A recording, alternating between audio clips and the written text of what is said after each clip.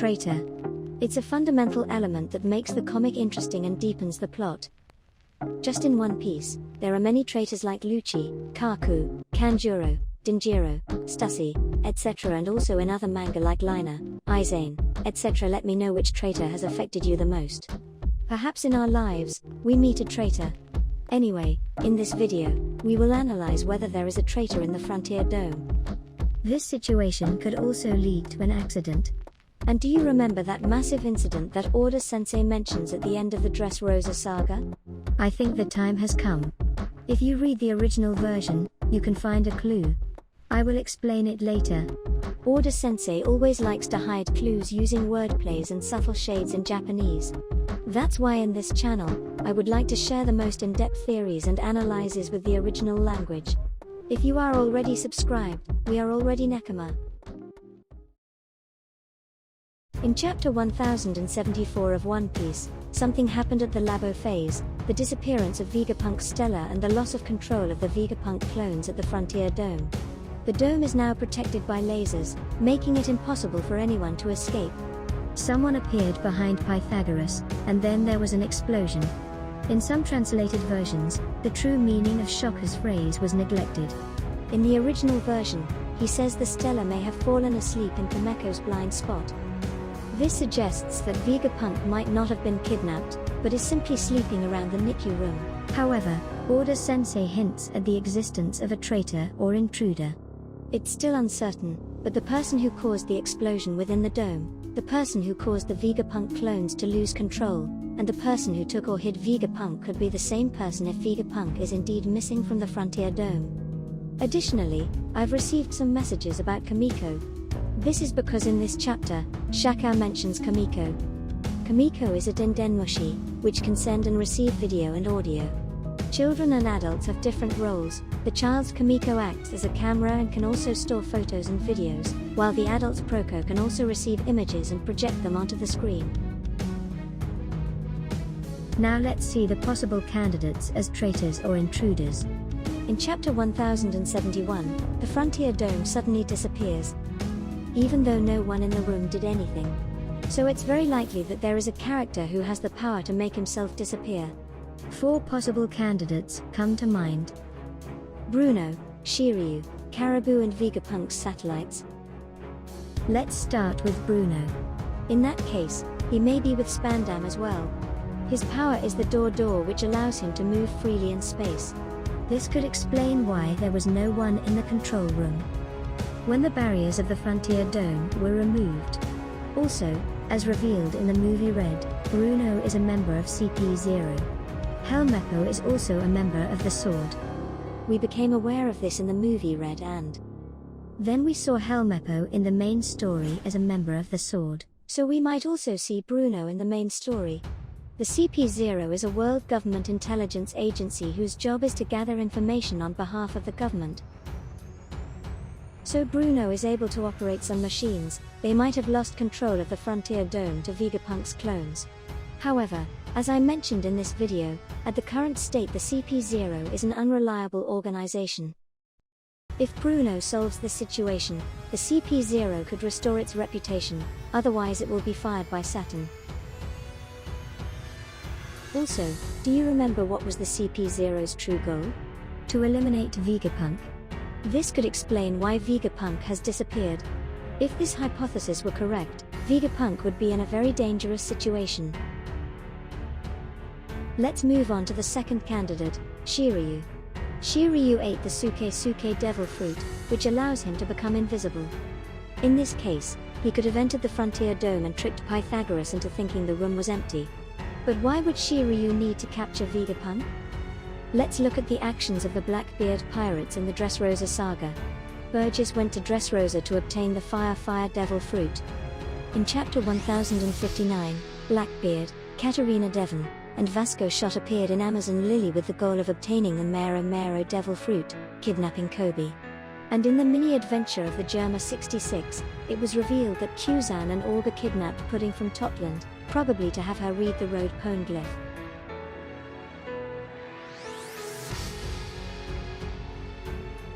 Now the Blackbeard pirates are competing against the Heart pirates to obtain a copy of the Road Poneglyph.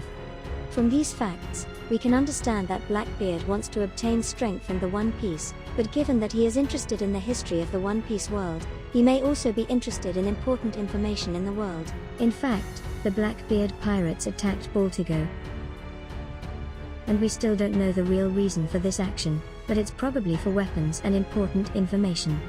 We don't know if Blackbeard knows that Vegapunk is storing all the memories and knowledge of Ohara inside Punk records, but Vegapunk's technology and information may be important to him. Additionally, Blackbeard says, "We won't leave the capture to the Marines, I'll get there first." This could be about the Mero Mero Devil Fruit as I predicted in the video. But it could also be about wanting to get Vegapunk's information and technology before he's killed by the CP0. Anyway, if this hypothesis is true, Lafitte might be with him. It seems that Blackbeard doesn't trust the members who joined from Impel Down, because when the Blackbeard pirates act in small groups, the first 5 members always accompany them.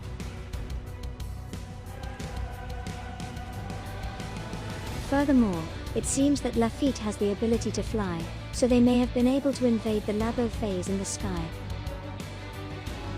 Now Vegapunk has been turned into a child thanks to Bonnie's ability, so kidnapping him would be very easy. So, the next suspect is Caribou. He has the power of the Devil Fruit Numa Numa, so it would be easy for him to disappear from Kameko's surveillance cameras. Also, as he has hidden treasures in the Fishman Island saga and foods for Luffy in the Wano saga, he could hide Vegapunk within himself, like in a bottomless swamp.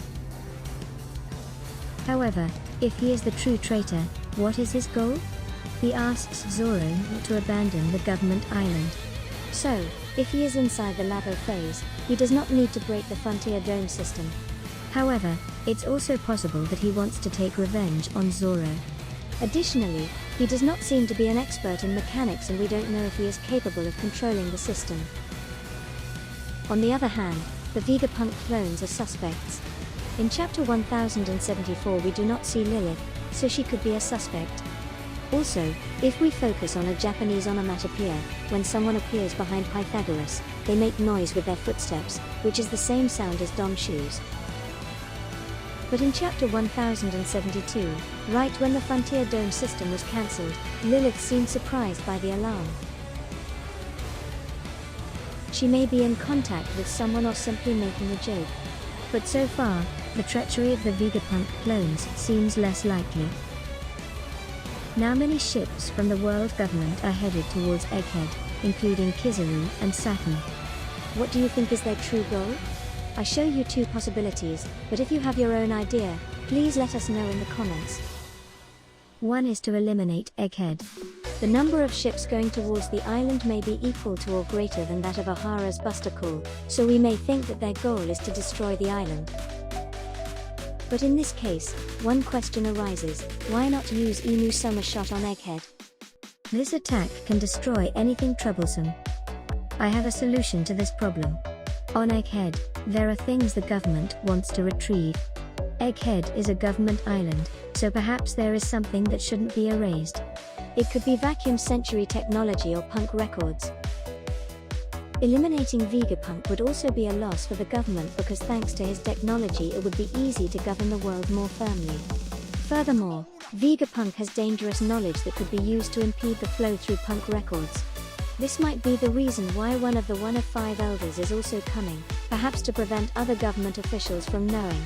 In addition, the Seraphim can abolish the system's 7 warlords of the sea with their strength, so they must be retrieved from Egghead if the island is destroyed. This might also explain why Saturn is heading towards Egghead. The 5 elders have primary authority over the Seraphim. 2.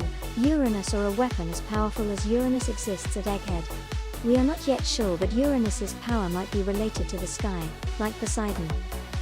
As Lilith explains, if only there were an unquenchable fire, I would even create a sun.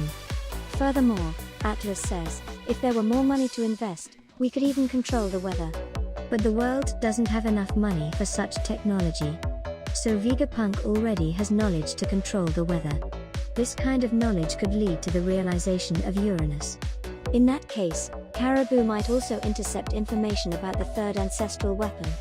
He has already intercepted information about 2 ancestral weapons. In the Fishman saga, Poseidon. In the Wano saga, Pluton. So in Egghead, he might also obtain information about Uranus. Anyway, now a lot of world government ships are headed towards Egghead. If the ships arrive before they escape the island, how could they escape the difficult situation? So far, the Mugiwara Grand Fleet comes to save them. At the end of the Dressrosa saga, the narration mentions a giant incident. In the original version, it says which is not just a simple measure of the scope of the incident. It refers to an unprecedented, impossible event. What can you imagine as an unlikely event in the world of One Piece? A government official says in fact, those who possess the highest authority in this world, those above the celestial dragons, are 5. If one of them were punched by someone on Earth, this incident could leave a mark in history. Thank you for watching. I hope to hear your opinions in chapter 1074. However, I would like to ask you something only for those who are still watching this video. What is your favorite scene in chapter 1074? Or did you notice anything important? I like the scene where Sanji sends hearts to Stussy, and then asks to go with her. In my opinion, being the first clone of Mads, Stussy should know the young judge, so she could explain to Sanji how Judge was as a child. Maybe we will find out his relationship with Sora. Sora is a very kind person like Sanji, so we want to know why she chose Judge as her husband. Maybe Judge was a different person in the era of Mads. I am waiting for your likes. If this video reaches 1000 likes, I would like to share a theory on Sanji's power-up. Because in the recent chapters in the original language, Sanji is a bit strange. Have you noticed? If you have noticed, let me know.